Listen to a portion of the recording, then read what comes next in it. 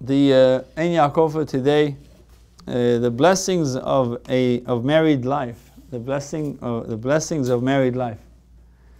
Rabbi Tanchum said in the name of Rabbi Chanilai, any man who does not have a wife is living without happiness, without blessing, and without goodness. Without happiness, how do we know? For it says concerning Yom Tov, and rejoice with your household. Deuteronomy 14:26. And bait, house, means your wife. Rejoice with your household. What are you rejoicing with the walls? Rejoice with your wife. Ezekiel 44:30. Without goodness, for it says, it is not good for men to be alone. Lo tov heyot ha'adam levado. Genesis 2:18. In Eretz Yisrael, they used to say, an unmarried man is without Torah, without a protective wall against sin. Without Torah, for it says, if I would not have a wife, I wouldn't have time to study. My help is referring to the Torah.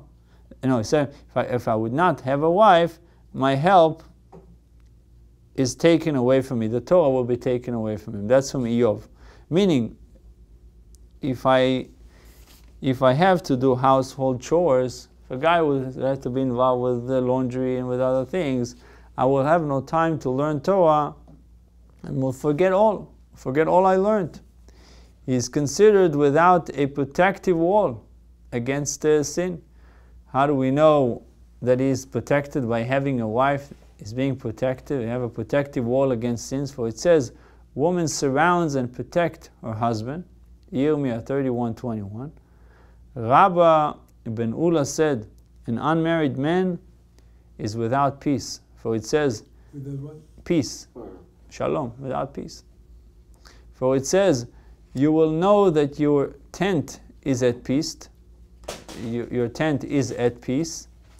And you will visit your home and find nothing amiss. Meaning, you will be at peace if you have a tent, you will have a wife. Baruch Im Tiu, that's Ein Yaakov for today.